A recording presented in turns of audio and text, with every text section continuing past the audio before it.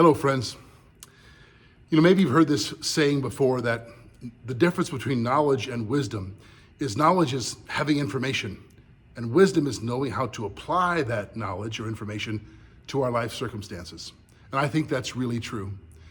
To live with wisdom is not just knowing a bunch of facts, but it's how to apply that knowledge to my life so that I can live well.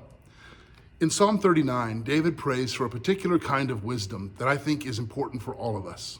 Listen to what he says in Psalm 39, verses 4 through 7. O Lord, make me to know my end, and what is the measure of my days. Let me know how fleeting I am. Behold, you have made my days as a few handbreadths, and my lifetime is as nothing before you. Surely all mankind stands as a mere breath. Selah. Surely a man goes about as a shadow, and for nothing they are in turmoil. Man heaps up wealth and does not know who will gather.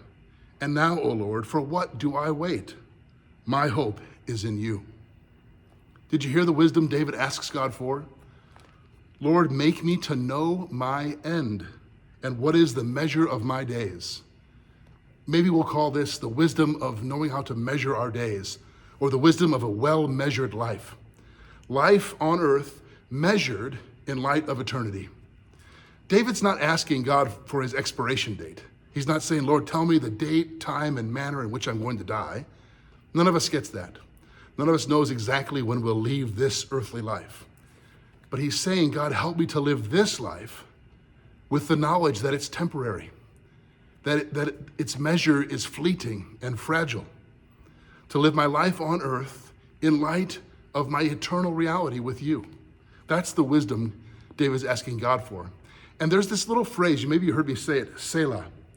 It's a Hebrew word that means rest, and scholars don't know for sure if it's a musical term, because the Psalms were songs, rest in the music, a rest in the measure, or if it's a spiritual term, meaning pause, meditate, rest, and think deeply about this. Maybe, perhaps it's both, but that word shows up twice in the Psalm, and it shows up twice after the same exact line, which is repeated.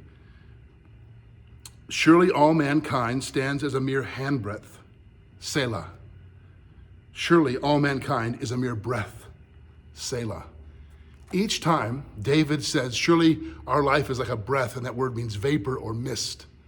He says, Selah, rest, pause, think about that. Let that sink in for a minute.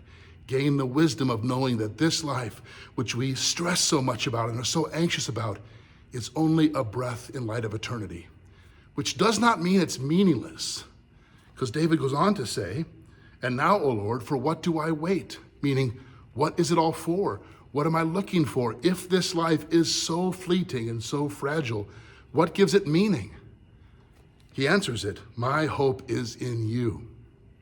There's also this curious place where David says, surely all men are but shadows.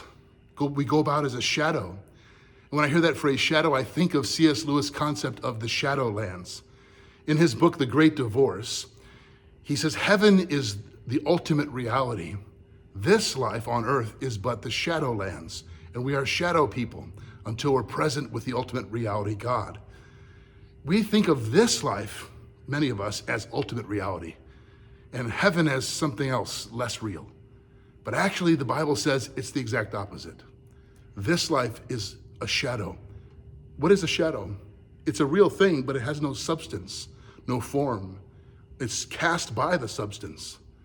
God is ultimate reality, and our lives only have substance and reality and meaning in light of Him. And that's what David is saying, Lord, help me to live this way, because if I don't see my life right, then I stress and get anxious about everything. But if I know that my end is with you, and this life is but a breath, it gives me hope to know that you hold all things, God. You are the eternal one. And my life has meaning and purpose and hope in your presence. I need this kind of wisdom. I think we all do. Because so much feels like we have to solve it and fix everything right now. Doesn't mean that we shouldn't strive for justice and peace and proclaim truth and confront injustice and falsehood in this life. We should. But we should do that with the measured wisdom of knowing that God ultimately holds all our days. and he's the one in charge and in control. Oh Lord, help us to know our end and what is the measure of our days. Now, O Lord, for what do we wait? Our hope is in you. Selah.